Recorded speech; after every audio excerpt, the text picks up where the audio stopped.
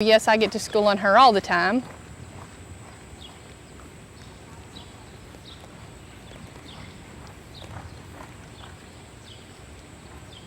Very nice.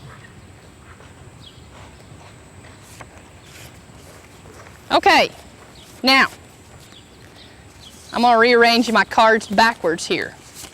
Okay, now that we've seen everybody go, and there shouldn't be no embarrassment because everybody got to see everybody go except for me. You can't criticize me because I'm in charge. All right, now, most everyone that I saw here had positioning problems, okay? Where you positioned your horse, how you got around the barrel, how your horse's head was positioned, doesn't matter whatever bit you've got on them. We can fix that. We can tweak it a little and do some things like that. But most everyone has either had positioning problems or was in tight, too loose. They were leaning a little bit. There was a couple people that I saw lean. Some horses that might have been just a hair sensitive to what was on their head. Everybody can use a little help this way. Okay, so I'm going to show you my philosophy about going around a barrel slow. Okay, the reason why we have these cones up, and you're thinking, oh, we're going to go wide around the cones. Nope, girls, we're going to go inside the cones. My philosophy, oh, she won't kick. At least I don't think so. She's a horse with 4 legs. Okay, my philosophy, and let's do this where all of you can see the angle. Can y'all see that angle across there, that second barrel? All right, let me show you, well, I'll go ahead and show you around the first barrel. Okay, my philosophy, and I'm telling you, this ground is excellent here. Lisa Downs and Lisa McCool, this is awesome to come to work at a wonderful facility like this that has wonderful ground to work at. I encourage anybody that lives around this area to come to this barrel race. Okay, when you come up to a barrel where that cone is sitting, and I'm running a little straight at this first barrel. You have the alleyway back there, and it's a wide pin, so you have to adjust to your wide pin. It doesn't say that it's a bad pin, it's just wide, so you have to adjust on where you would go, and we'll talk about how to come into a pin. Where you want to look when you come into a pen, my opinion, is about right where this mare is standing, about where the tracks cross over, and you're going to keep your horse's head straight. Yes, I said head straight. You mean you don't go to the first barrel like this? No. And you know why? Because you're asking your horse to turn. We'll say this mare weighs 1,000 pounds, okay? She's not a big mare. But I don't weigh 1,000 pounds. 60% of her weight is right here on her front end, okay? 60% of her weight is right here on the front end. And I see some pretty big horses in this deal. I'm going to say we've got some horses that weigh at least 1,200, 1,300 pounds. We got a little one over here. She probably weighs 1,000.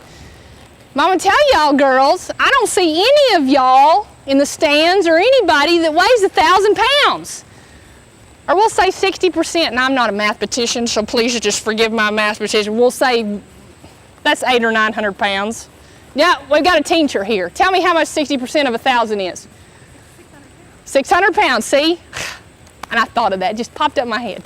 Okay, 600 pounds. I don't see any of y'all that weigh 600 pounds. Nobody is stuck to a couch here, okay? So, when you ask a horse into the pen or to a barrel, when you come in like this, you're already in a losing battle. You're already losing because you are asking this horse to turn. You're saying turn. But what you think you're asking is you're thinking lift up your shoulder and move over. Well, okay, you know, this mare can do that at a walk. But how many horses have you seen run in the pasture playing with their head like this? Has anybody ever seen one like that? No, it's not a natural thing. But how many times have you seen a horse run with his head elevated and running out the pasture and running straight? How many of them? Thousands. It's a natural thing. Okay, so when we come to the first barrel, when we come to the second barrel, when we go to the third, and it's the same for every single barrel, it's just a little bit different angle, you're going to go with that horse's head like this. You'll say, well, now wait a minute, Charlotte, I don't understand because I see this look on everybody's face. It's just blank. It's a blank look, and I don't see theirs because I can't see that far, but it's like a blank look, like, what have you just said? And of course, there's some in here that have heard it before, but you're like, Straight? Yes. You can, if you have a really good broke horse, broke in the face, and a really light horse, you can steer a horse like this. Like this. You can move a horse wherever you want by indirect rein or by out or direct rein like this. The cowboys did it for years. You never saw a cowboy doing this unless he was on a young horse. You saw him right here doing this. Okay? Like that, right in the middle. Because if you start asking that horse too early, you're going, hey, turn. And they're going, okay. And so they start dropping shoulder. Then they start leaning into it. Then they start running at it. And then they're already ducking at it. Anybody have that problem? Okay. I keep looking at you because you're easy. Okay, so what I do is I try to drop a horse into the turn with this rein like this straight. And then when I get to this point where I'm looking where her front feet are, I'm going to ask for her to give me her head, but now this is where y'all are going to make mistakes and I'm going to call you on it. I don't ask her to do this, okay? That's what I call stepping out, okay? My horses are all trained to give me their head and walk straight with that shoulder. See this mare's shoulder? And I'll come across to everyone. My horses are trained, let me say that again, to walk straight with their head. This shoulder and this hip are running straight just like that. Just like this. Now this mare knows if I ask you to move over, yes, move over. They know that. But most of the time when I ask them to do this, now let me walk in front of you again. And I'm doing it with one hand. You're thinking, wow, she's really light. Well, there's a reason why I brought this mare to show you. This mare is can be extremely heavy on a bit. Okay? Now I can ask her to move over. I have complete control. I break her in the rib cage. I can ask her for more head. I can ask her to turn around. I can do everything. This mare is 4 years old. And I've been very careful with this mare. This mare's really hot. She's really scared of things. But as you can see right here, I didn't ride her very hard yesterday because I wanted everybody to see the real thing. She's really scared of everything. And she will get out from underneath you. Don't she, Kim? Kim's experienced that. The reason why I brought her is because I wanted you to know I'm not going to bring my perfect horse to show you how to run barrels. I'm going to bring one that's problems so you can see what I'm doing. Okay, back to where I was. So I'm not off point. I'm asking this mare to give me her head but not step out. So I'm right here at point 1 and I've got her head. Her body is straight from here, the outside. We're looking at outside, okay? Away from the barrel. Then when I get here, I really ask her to bend, and then I'm going to ask her to come around and use that hind leg to move forward. Now, I'm going to make y'all all go straight again. The face is just going to drop. I don't put my hands down here anymore because I have seen more horses run off. I used to be this way, so you should train this all the time.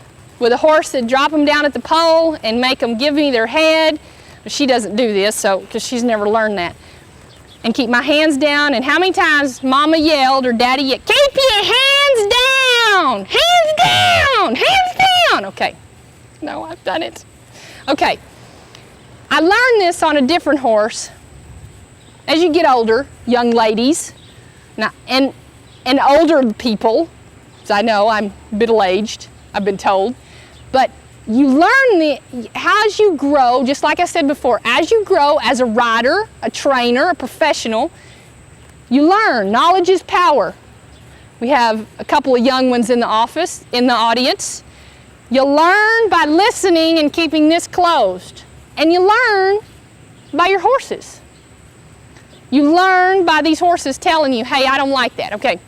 How I learned that was I had a horse, I still have him, he weighs 1,375 pounds. He's 16'2", and I taught him how to break over at the pole, and, okay, math teacher, what's 60% of 1,375? We'll say 1,300 to be easy. Well, half of 1,300 is 60. Okay, so we'll say 800. We'll say 800, about 60%. Well, I'm gonna tell y'all something. I'm strong, but I ain't that strong. This sucker could go in a pen with his head down between right at his chest, and he'd take off, and guess what? I might as well just pitch the reins to him. Say, go wherever you want. If you want to turn it, good. If you don't, 90% of the time he did not. Now, I won $60,000 on that horse as a maturity colt, and you know how I did? It's because I had to go back and retrain that horse not to take his head away from me. Matter of fact, I had to get that horse's head up like this. If you have your horse's head down here like this, and I can't make her do it because she's not trained to do that, okay? If you have your horse's head down here, more likely you're not going to have very much control because they're going to take off and they're going to push into the bit. Now, I like a horse like this right here, and this is very important. Even though we're doing this really slow, you're like, we want to go around the barrels. Okay, but I'm getting there. It's very important to keep your horse light in the face, okay? This mare can be very hard in the mouth. She gets really scared and she runs off with the bit. She'll go into a turn and I'm thinking, oh, we're gonna just sweep this. And just all of a sudden scares her and she just run off with her head up in there. Well, what was scaring her is she's extremely fast and she doesn't know how to control herself. And so she gets to that turn, gets bound up, and all she knows, I'm out of here. The fight or flight syndrome. And this mare is the last one that's gonna get eaten in the pasture, I promise you, because she will kill everyone to get out of it. So I really work with her at home on keeping her really light. And as you can see, look at the pressure. This is how you tell, is my horse light? If he will back up with finger pressure like this. Hey, look, we have a friend. If he will give you his head, and I'm trying not to use my hands. Hey, look, she knows it too. We have a friend. If she'll give you her head, or he will give you his head, like this, finger pressure. And let's get further down the range so we'll be fair to her. She'll give her head like this, and then she'll turn around like this, and she's kind of stopping on her front end a little bit, not four-wheel driving. But see, she's trying to get in the bit just a little bit for me. Okay, and I saw a lot of horses that I saw today run around the barrels with heavy faces. I mean, y'all guys were having to pull on them. Arr! You're not pirates. And you certainly are not going to win at a 600 pounds here, because this is what you're controlling. If you can control this forward, you can control this backwards. Okay? So it all comes down to this right here, face and neck. So there's two ways to lighten a horse up. Get your hands up. Let's get its head up. Now, I'm not saying I want this horse's head in my face, okay? But I do want control of this horse. So how am I going to get control? I'm going to get in her face. There's backing up. If you ask your horse at a walk, she kind of pulled on me. I'm going to get in her face and kind of see. Now take this with extreme caution. Don't start it and start seesawing on your horse's face like this, because you'll bring them over the top of you. This can be very dangerous, so you have to be really careful in what you're doing. You stop and see that horse just stopped perfect. She didn't do anything else, so I dropped the reins. Now, I see one.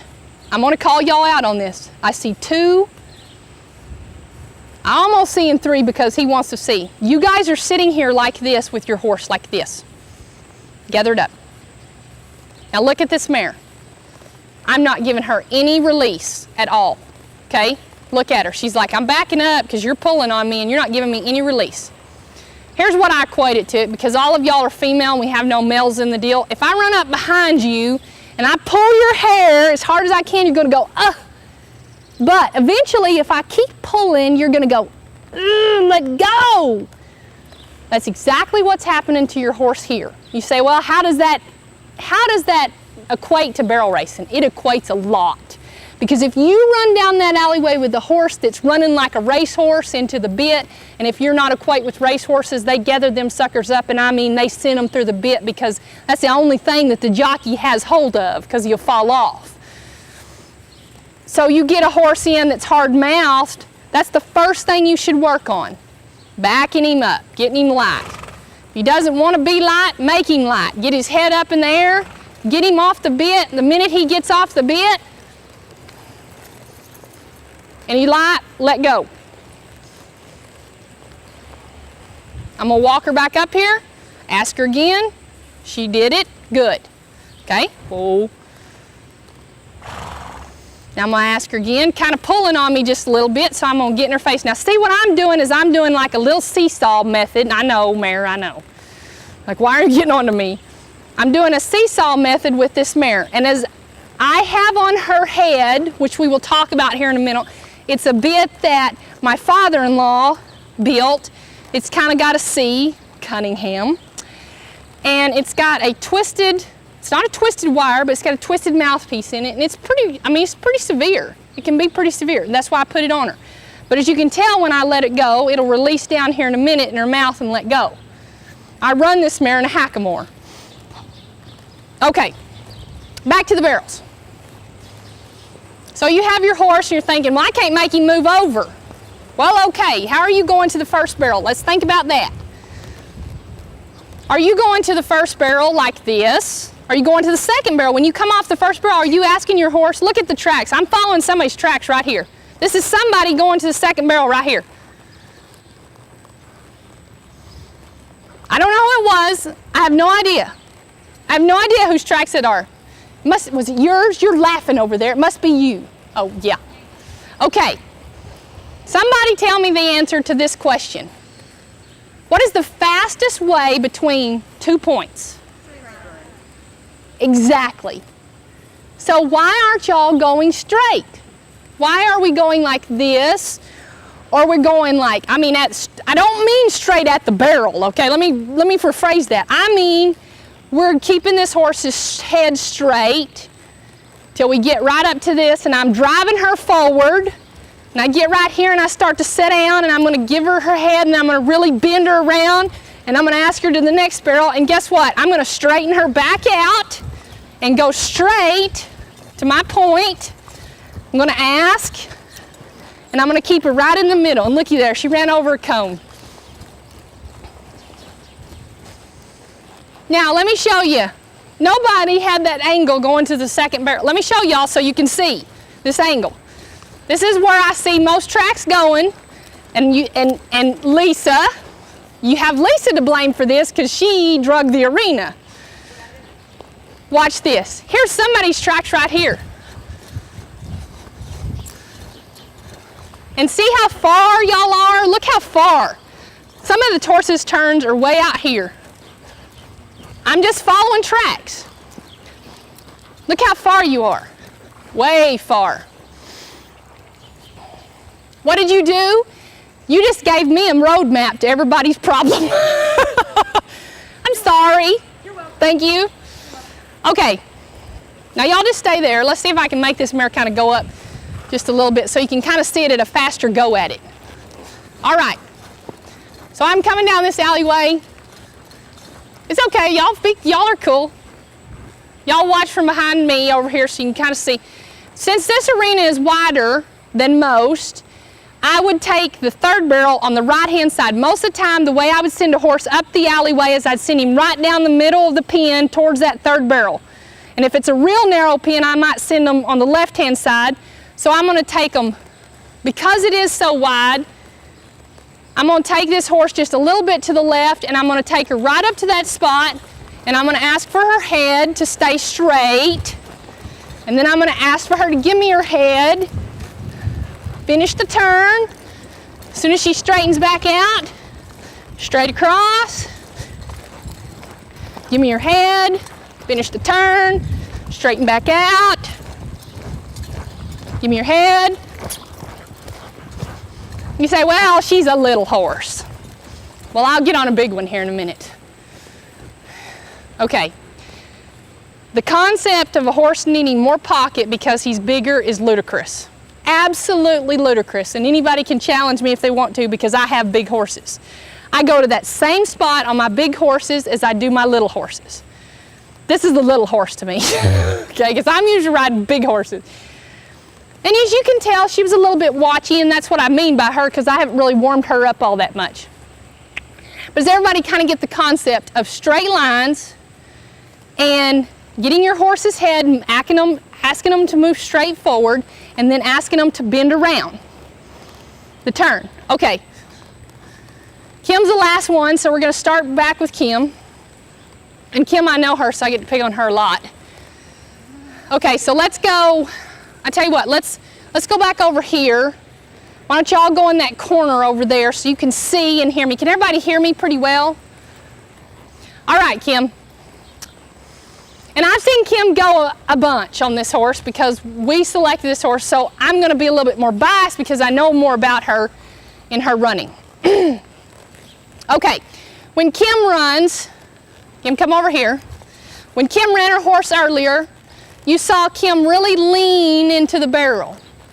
Well, that's kind of my fault because I have rheumatoid arthritis and I kind of lean. You'll see me lean a bunch. Yes, I know I do it. Yes, it's a bad thing. But we're trying to get Kim more loosened up because Kim, when she'd ride before, she was really straight and really rigid. So we're trying to get her loosened up to get in the what we call the 2-point position, the run position. Because she just got this horse, and I'm going to pick on you. You don't mind, do you? You can get me later. Okay. Kim hasn't been running barrels all that long, and for her age, compared to the other people her age, she's really far behind. Well, that's okay. We've gotten on horses that are a little bit far behind, and that's okay. We're going to let them do that. Okay. We've really been working on, because Kim has not had the experience that most people do, we've really been working on Kim not, and I caught her the other day and then I figured it out like this, what was going on, because she rides a lot of my horses and warms them up and gets them ready for me to go. And we found out, I was watching her, and it was actually on, what horse was it on? No, it was not on that horse. It was on another horse that we were, huh? Yeah, it was on another horse that's kind of hard-mouthed, and we were tuning on. He's a tune-up. And I saw her out there riding him, and she was riding him like this. And she was trotting him around. Let me show you so everybody can see. She was trotting him around like this. And every time that she would kind of get off balance, she would use the reins. And I'm going to try to show it. Kim, don't get embarrassed because everybody else is going to go through the same thing. When she'd trot and she'd kind of get off, she'd go. She'd get back, and I'm over-exaggerating because she didn't do it that bad. But we're just trotting, and she'd get off like this, and she'd go. All right. Can anybody tell me what I'm doing? I'm pulling on her face. I'm cheating. I told her, I said, you're cheating because you're not using your back muscles or your legs to pull yourself up in the saddle. You're using this horse's face. So what happens, same old thing, keeping them in light in the mouth. What she's telling this horse to do that she was riding is pull on me and help me get up back in the saddle. Okay, so we've been really working on that. So, Kim, I want you to take that horse around the barrels, and I want you to get in the 2-point position, but I want you to stay straight. Keep your body in line like this, okay? You want to be straight, but you want to be over your saddle horn, not like this, okay? So I want you to take the horse around the barrels and trot him around the barrels so everybody can see about how you take your horse straight up to the barrels with his head straight. And this horse is 11 years old.